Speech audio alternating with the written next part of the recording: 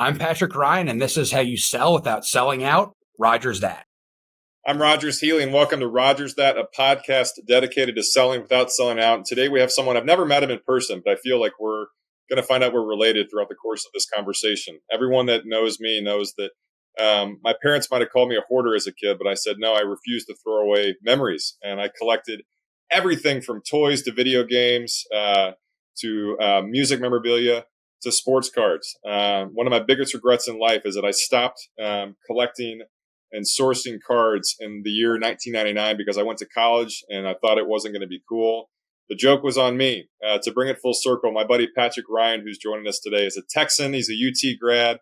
He is an entrepreneur. And again, like if we would have grown up in the same city, God knows what we would be able to do together. But he discovered his passion for collecting at a young age. And at the age of 10, he would set up booths at sports card shows. He started collecting and trading autographed memorabilia on eBay way before it was mainstream. And so he has a company that goes and brings experience to life for adults. And I'm going to have him talk about that. The company is called say it for me, Eventellect? Eventellect. Yeah. Eventellect. And he's been featured in everything from Inc. magazine as one of the fastest growing companies in the U.S. for almost a decade. You've seen him on ABC News, CNN, ESPN, et cetera, sharing his story. And in 2019, the Sports Business Journal named him under 40 list. And so he's done it all. He lives in Houston. He's found a way to let people know that as adults, it's okay to be kids and to find a way to bring that passion for collecting into the world of business to the world that he is now living in has been just incredible. So that's a long-winded way of me saying, Patrick, thanks for being my new friend and for joining us on the show today. So welcome. Well, thanks for having me. Excited to be here. Appreciate the opportunity to share my story and my passion for sports and business and sports-related collecting and investing and kind of everything in between. Yeah, well, so in the P. Ryan collection, we're going to talk about it a bunch, but that's the Instagram persona where I have Rogers Music Tour, you have the P. Ryan collection, but maybe walk us through the background. Like as a kid, like you fell in love with sports. I'm assuming you were a great athlete, but at what point did you realize the light bulb went off that this is something that you had to go really, really deep into? Well, so I would say on the sports collecting front, I remember the first ever pack of cards that I got was at a candy store. It was 1988 Topps, which is possibly one of the most overproduced and undervalued, least valuable card sets of all time. But, I was born 1980, graduated high school class of 99. So I think we're the same kind of general era. And we were kind of like the target for the boom of the sports card business. And that boom happened right before the internet. And the internet changed a lot of industries. But, I remember kind of when eBay became a thing, go on eBay and there are literally hundreds of listings for the 1989 Upper Deck Ken Griffey Jr. rookie card, one of the most iconic cards of all time. And, as a kid, maybe each store and keep in mind during the boom, a city like Houston, also I lived in Dallas for a period of time, there would be 15 to 20 trading card stores. And maybe each store had one of those Griffey Juniors. So in the city of Dallas, there might be 15 Ken Griffey Jr. 1989 Upper Deck rookie cards for sale at any given time. But then on eBay, there were thousands of listings. And so, how the sports card boom translated to the internet, the internet was very disruptive in a bad way. And so just like you, I kind of fell out of the hobby in 1999 when I went off to college. But, the thing that's nice about sports cards is that they are tangible. And I think there's some real connectivity to them. And, we used to sell them face to face. So when I was a kid, rather than having a lemonade stand, I had a little baseball card stand out front of my house. And that then translated to going to sports card shows. And then that evolved into buying and selling autographs on eBay. So I'm very happy that I was able to kind of see that evolution of the industry. And then, obviously have been involved in ticketing and sports memorabilia and kind of alternative investments for a while. But got back into the sports card collecting hobby kind of loosely in 2013. That was the first time I ever went to the National Sports Card Convention. And then I actually started looking at sports cards as investments in 2017. And therefore, I had a nice historical context when we then had the big boom of the pandemic 2020, 2021 era when things kind of really took off and got nutty. So let me rewind the clock. And again, I can tell you the first time I had a pack of cards. The first card I ever bought was a Barry Larkin rookie card.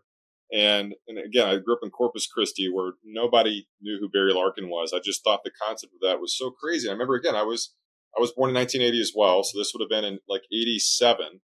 And then I got a Tony Gwynn rookie card, and again, this was like $7-8 cards, but it was so special. I still have them. They're like PSA ones because I obviously would play with them and touch them. But even as a kid, you felt connected. So my question to you, with all that being said, is I have like a Mount Rushmore of my favorite athletes, and I started collecting them at an early age. Did you have the same approach, or were you were connected to the hobby, but were you emotionally connected to the card, or did you always have the mindset that it was always for sale? Um, well, there's sort of what's nice about the hobby is people have like what they call their PC, which is their personal collections or their personal collection, which might vary very differently than like the stack of cards that they are investing in or willing to sell and trade. So growing up, my PC was Darryl Strawberry because I was born in Stamford, Oh yeah, Connecticut. And Daryl was just, a different kind of icon. So like there's sort of Daryl and kind of like my PC today, I would say, Daryl Strawberry, Vince Young, because I'm a Texas Longhorn. And then also a bunch of wrestling guys. I was big into wrestling. So like, same. WWE, Daryl Strawberry, Vince Young, I might buy those things just purely out of pure enjoyment. And like, I don't think that there's necessarily a lot of upside in those per se, although all those genres do have big collectors.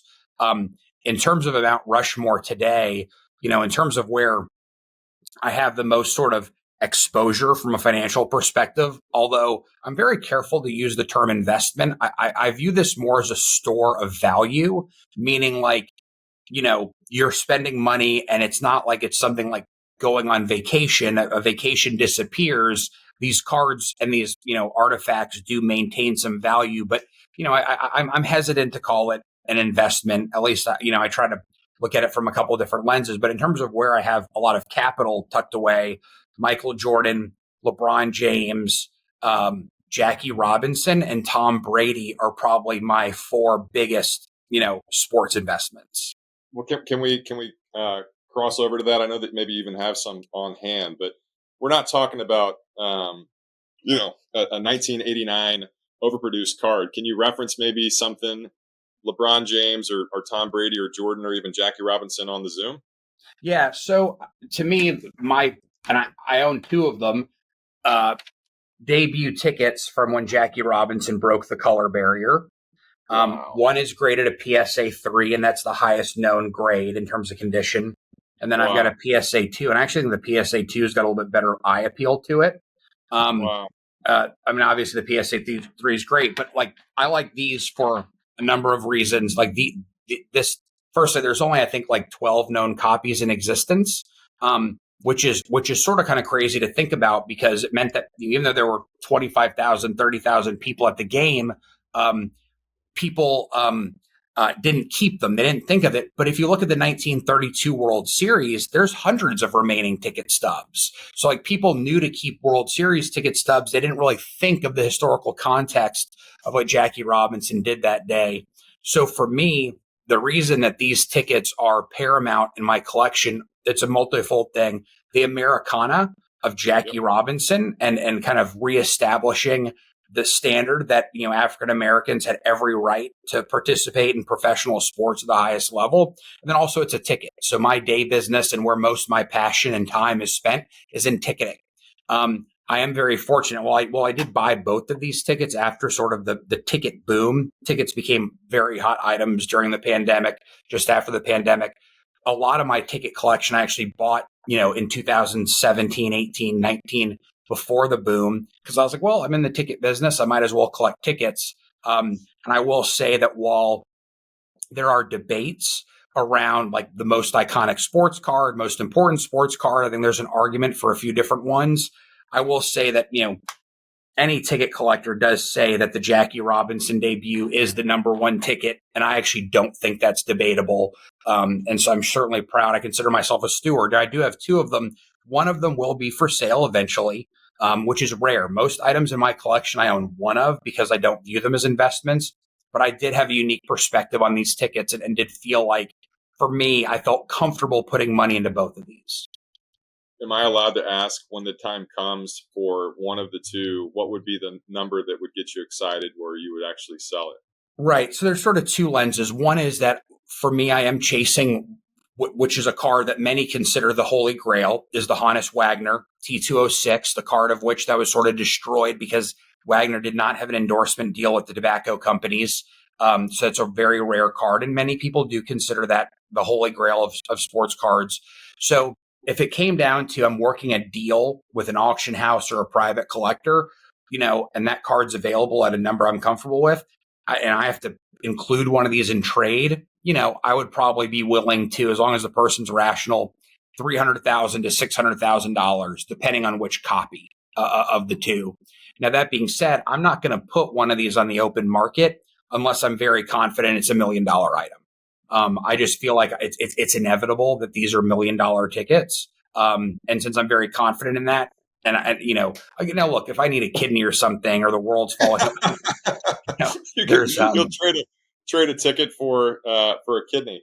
So, yes. So back to the term that again you mentioned the term alternative investing, right? Where like you and I grew up in the era where all of our friends are in real estate, they're in oil and gas, they're in law, and maybe they trade the open market, maybe they invest in real estate, but maybe we helped or you helped pioneer again buying a ticket.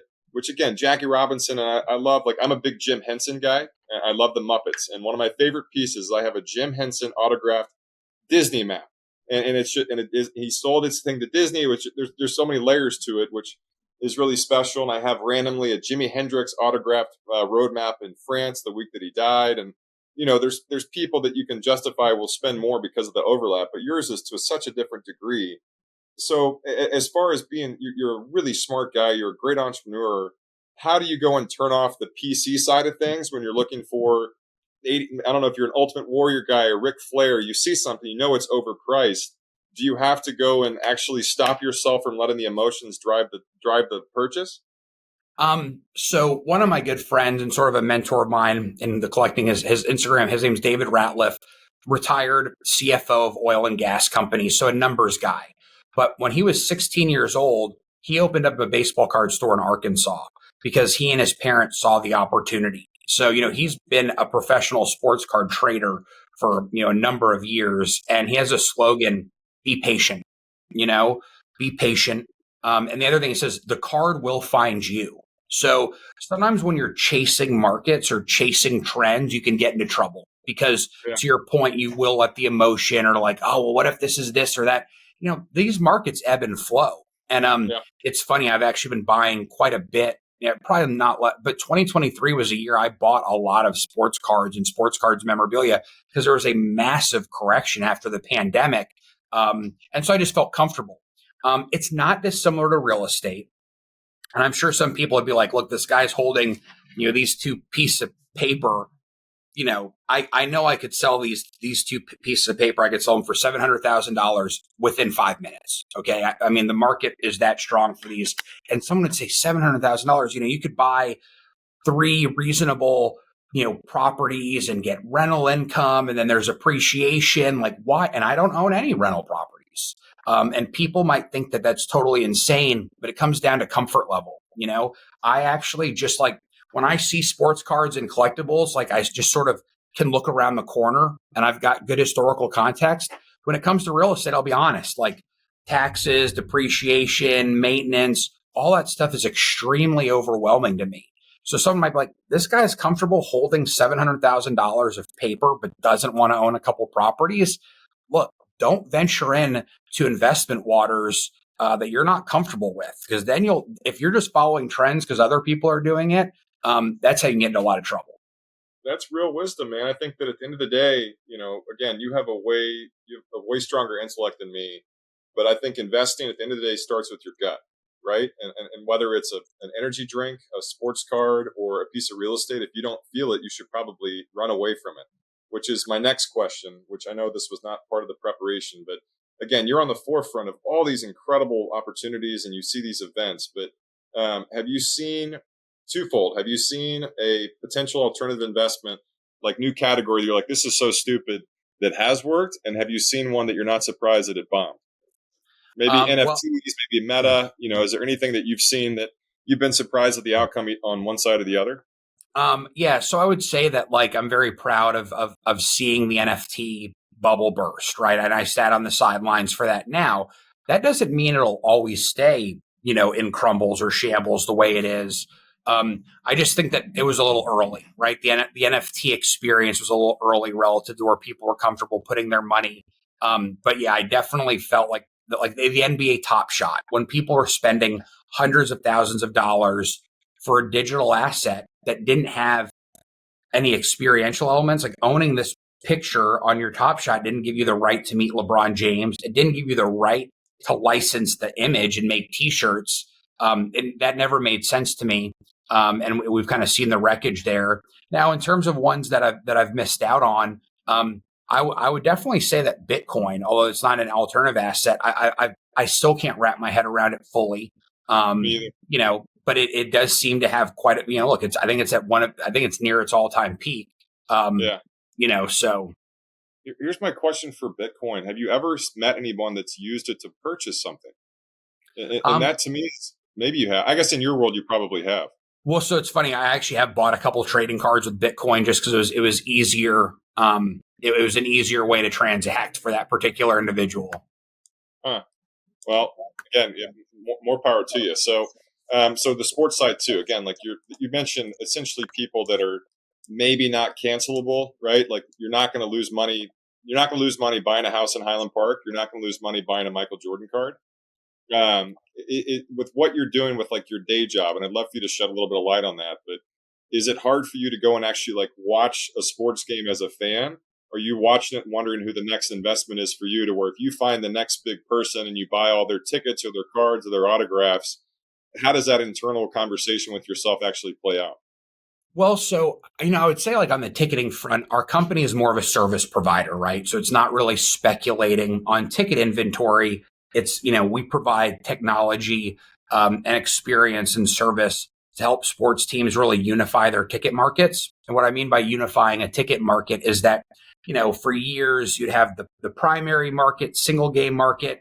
You'd have the secondary market for single tickets. And then these teams have all these products like mini plans, season tickets, group tickets, partial plans, and kind of each of those little segments were kind of living in their own lane.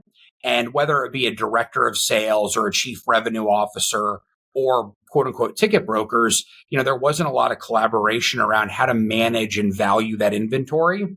So today, we work with teams to help them better understand the value of their inventory and how that inventory can best be leveraged. So it might be like, hey, how did you come up with this idea? It was an evolution. So I will say that, in 2007, my business partner, Ignacio, and I, like, it was much more of just buying and selling and flipping tickets on StubHub, right? It was like, oh, this team could get hot or this team could be good in 3 or 5 years. We should try to buy a bunch of season tickets and kind of speculate on it. And as we were buying inventory from teams, we needed to build software to manage that inventory. So you could probably spend a day and a half walking you through the evolution of going from a mom and pop ticket brokerage to a software company. And ultimately, I rather than saying that we're a software partner, sports teams, I'd say we're a strategy partner. And, helping teams, look around corners of, hey, we're afraid our season ticket holder, our base, we might have, for a football team, we might have 30,000 season ticket holders today. We might only be able to renew 25,000 of them. Well, what does that mean for those 5,000 tickets that now aren't sold? Okay, well, let's look at where's the location of those seats? What's your schedule next year? How does your group ticket business, how does your tourism business look? And kind of walking teams through that evolution of, it's not always bad if you get tickets back, if you have fans that cancel their tickets. Yes, it might be scary, but there's strategies to maximize that inventory. So I'd say that, the emotion kind of got taken out of it when we became partners of so many teams. Like with the NBA Finals, the Mavericks are a partner of ours, as are the Celtics. And so, we wish they both could lift the trophy. But that's the way it goes. And so what I tell people is I always root for the home team. So, man, you'd be a great politician. So my background is in real estate, and one of my goals was to always work with essentially the celebrities and the athletes. And I feel like you and I have had different experiences where, someone told me a long time ago, you don't want to meet your heroes, which over the course of 20 something years of being in real estate, I don't think I'm a big sports fan anymore, but it sounds like you've found a way to become a bigger sports fan. And so my question for you is, over the course of this, what has been your biggest surprise as to maybe some of the people you've met? Like, have you been pleasantly surprised with, like, you have a picture with The Rock on your Instagram, and how, maybe the ones that are at the top are the nicest and the easiest to deal with, or would you say it's the exact opposite? So, I'll bring it around to one of our mutual friends, Darren Ravel.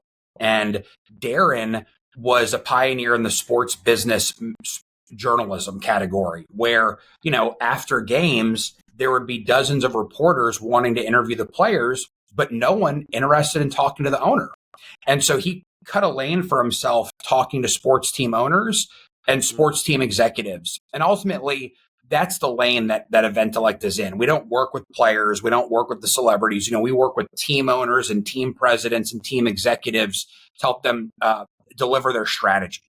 And so, looking from that lens, I would say anybody that owns a team, they're a hero of mine. They've done something that has been heroic in some way. But what I will say that is probably most surprising is how different all team owners view their businesses. Some made their money in logistics, so they kind of run their sports team as a logistical operation. Some made their money in consumer products, so they view their sports team as a consumer brand. Some made their money in the financial markets, so they sort of see their team as a financial asset. So I do think that that breadth of perspective amongst sports team owners is really fascinating. And it's important. Look, we might be dealing with the chief revenue officer at 10 different teams. And even though their title and compensation is very similar, how they actually think about executing their business is going to be largely driven by their team owner's perspective. So I would say that it's been surprising just to see how different team owners are, but then how predictable some of their behavior becomes once you understand what it is exactly, how they view that asset that they own on the sports team side. Can I ask you a loaded question with that? Sure. And I'll keep it positive. So the big four, NBA, who's the best run team in the NBA in your opinion? Well, so here's the thing. You have to kind of measure them. It's kind of like a golf handicap, right? Like I'm probably like a 25 handicap in golf because I play 3 times a year. So I think measuring my performance, right? So okay, I'll reword it. Yeah. You get to own a team in the NBA, and it doesn't have to be the most valuable team, but you're handed a team in the NBA. Who do you pick? Well, that means that I think there's a lot of upside in that team. I would probably say the Memphis Grizzlies. I think they're geographically in a unique place. I think the city of Nashville has maybe overgrown. And so I think that Memphis being its closest neighbor is a unique asset. And also, look, I say that knowing that the guys running the Grizzlies are some of the smartest, nicest people I work with. So, but I look at it from that lens, like a city, city like Nashville has exploded and maybe Memphis has not had the same explosive growth, but Memphis doesn't look too dissimilar from Nashville in a lot of different ways, so maybe there's something there. NFL. I would say this: if I owned an NFL, I wouldn't buy an NFL team at current valuations. I would sell. That's just all there is to it. Maybe if I could buy the franchise rights to the team in Mexico City or a team in London. My God! So you're just on the front. You have the front row seat to all these crazy things in a fun way that are happening. But who's your answer though? You get to own an NFL team, not as a fan, but as a business. Who is the Cowboys? I want the expansion rights to the team in Mexico City. Well, okay. Hockey. I want the expansion rights. I know that's not a fair answer. Look, NHL Utah. The NHL Utah, the formerly the Arizona Coyotes. Now, again, I say this because I know Ryan Smith's perspective on running a sports team. I know Ryan Smith's perspective as being a steward of the community. I think that's very important. Ryan Smith is not doing this stuff just because he wants to make a ton of money. He wants to elevate Utah and Salt Lake City. And then also the people running, like the Jazz have been one of the best run sports teams, like quietly for like 30 years. And so guess what? They're going to be quietly one of the best run NHL franchises. Baseball. Man, baseball's tougher. So for baseball, I would look at it from, where I see like a lot of opportunity, but a lot of passion. And, a city like St. Louis, the St. Louis Cardinals, you walk into their ballpark and look, you talk to any of their executives, their ownership team, they live and breathe the Cardinals. And I think that there's core fans that live and breathe the Cardinals. So that one's just such an interesting asset because of the lifeblood of what that team is to the city and the region. But then another one that I'd say like that has a similar sentiment, but it's a much newer franchise is the Rockies. The Colorado Rockies ballpark experience, like it just feels very different. And you can tell that the owner and the executives there have really poured their blood and sweat into making that a great fan experience. So those two teams, I have a different feeling when I walk into those ballparks because they seem to have a different gravitas towards them, which is sort of exciting. Have I told you who my great uncle was? No, I'm not familiar. Rogers Hornsby. And so that's I should have led with that as a sports person. So do you collect Rogers Hornsby stuff? Ish. And that was like the only cool thing I had as a kid was my mom's maiden name was Rogers, but I found out when I was like 7 or 8 because I was a huge Cubs fan growing up. And then my mom eventually was like, well, your great uncle was a very famous baseball player. I was like, who? She said Rogers. I was like, the greatest second baseman of all time. But I was a Cubs fan because of that, but he obviously was way better on the Cardinals. So I probably should have led with that a few weeks ago when we connected.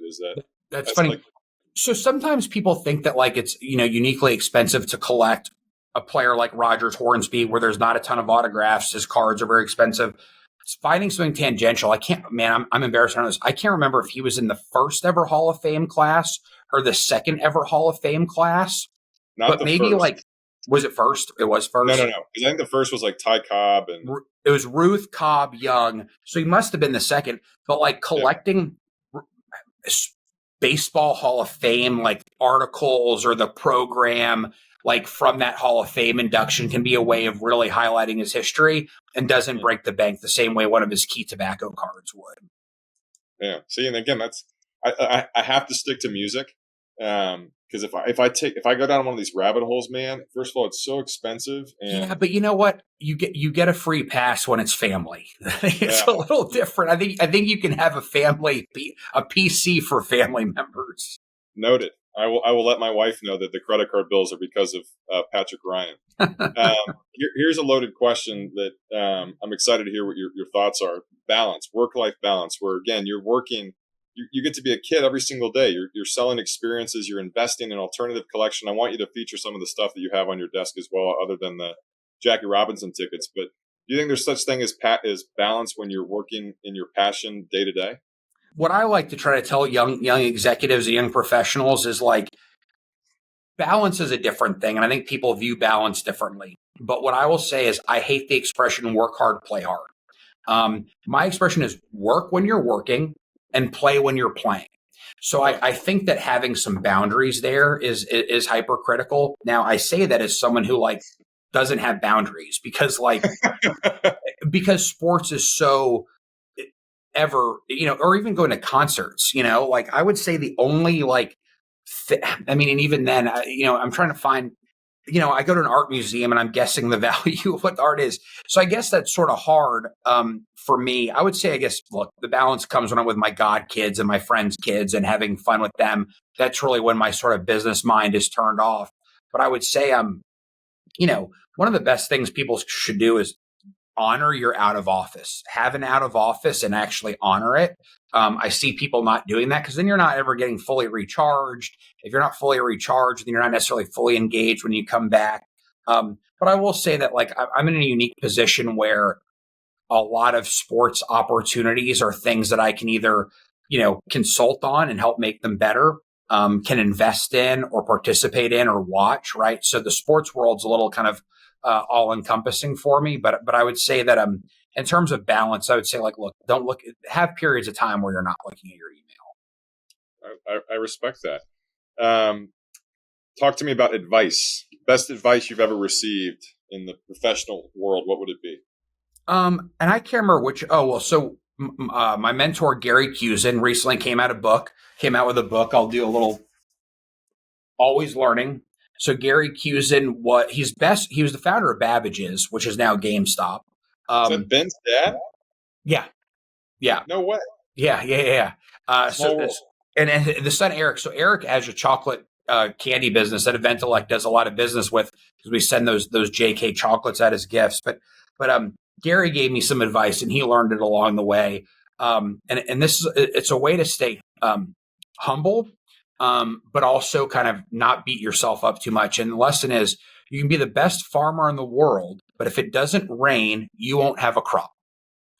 And so, don't be too hard on yourself. You maybe did everything you could do, and the results just didn't follow because you didn't get rain. But then the other thing too is, like, hey, maybe you had a really good crop because, like, it rained a lot, So, like, don't take too much credit. So don't be too hard on yourself, but don't take too much credit for things. So kind of having a bandwidth of how you view yourself is important.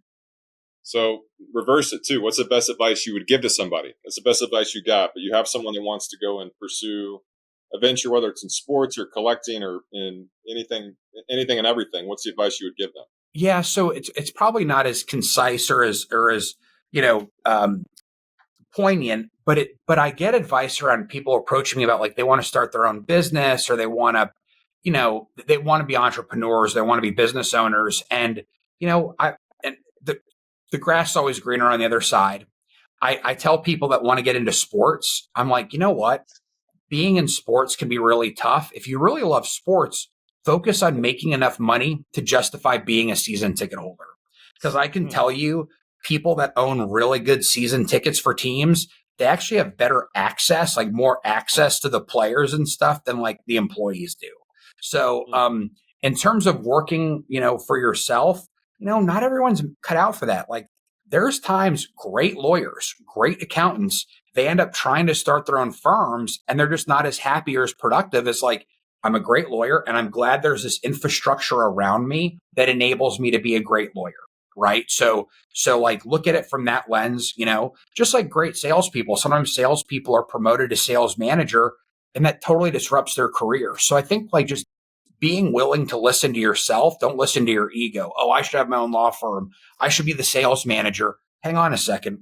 There's a lot of value in being a great lawyer, making tons of money working at a law firm.